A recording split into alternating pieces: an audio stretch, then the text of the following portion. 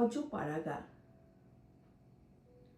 আমি সেই অজপাড়াগাঁয়ের মেয়ে, যেখানে ছিল না কোনো যান্ত্রিক যন্ত্র চলার জন্য কঠিন ইট পাথরের পিচ ঢালা পথ। তবে ছিল মায়া মমতায় জড়ানো রূপ কাহিনীর গল্পের মতো নূপুর পায়ে হেঁটে চলা গায়ের আদুরি সোহাগী বালিকাদের মেঠো পথ। সেই পথ ধরে ভোরের পাতে রাখাল ছেলেরা দল বেঁধে চলে যেত অনেক দূরের তেপান্তরের মাঠে। সেই সাথে গুজিয়া নিত কোমরের লুঙ্গির ভাঁজে অতি সযত্নে রাখা বৈশাখের মেলা থেকে কেনা বাঁশের বাঁশি। আমি সেই অজপাড়াগাঁয়ের মেয়ে, যেখানে সারা মাঠ জুড়ে বছরে ফলানো হতো নানান মৌসুমে নানান রকম ফসলাদি।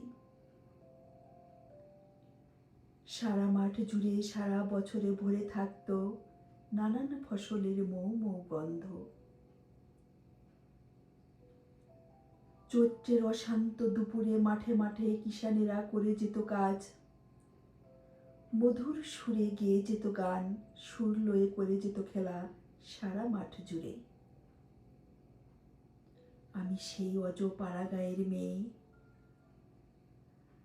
আষাঢ় মাসে গোধূলির ওপারে দাঁড়িয়ে দেখা যেত দূরের মাঠের ওপারে ভরা বর্ষার নদীর জলে ভাসিয়ে যাওয়া পানসিগুলো।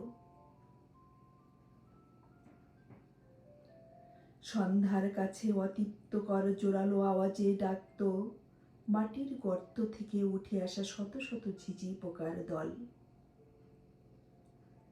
সাজের আধারে ঝোপের ঝাড়ে জ্বলে উঠত জোনাকি পোকা। আমি সেই অজপাড়াগাঁয়ের মেয়ে। জ্যোৎস্না ভরা রাতে সারা গ্রাম মিলে বসত একটি বাড়ির আঙ্গিনায়।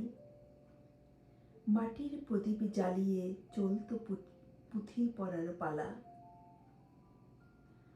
অন্ধকার রাতে সাঁঝের পরেই শান্ত মনে ঘুমিয়ে পড়ত গ্রামখানি।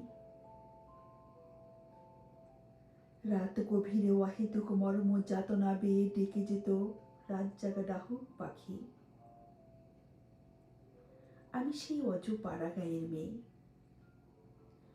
ভোর হবার আগে দূরের মাঠ থেকে চলে এসে বাড়ির আনাচে কানাচে হুক্কা হুয়া করে ডাকত খেক শিয়ালের দল।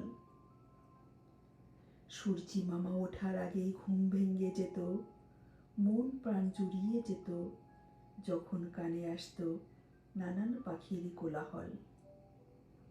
আমি সেই অজপাড়াগাঁয়ের মেয়ে।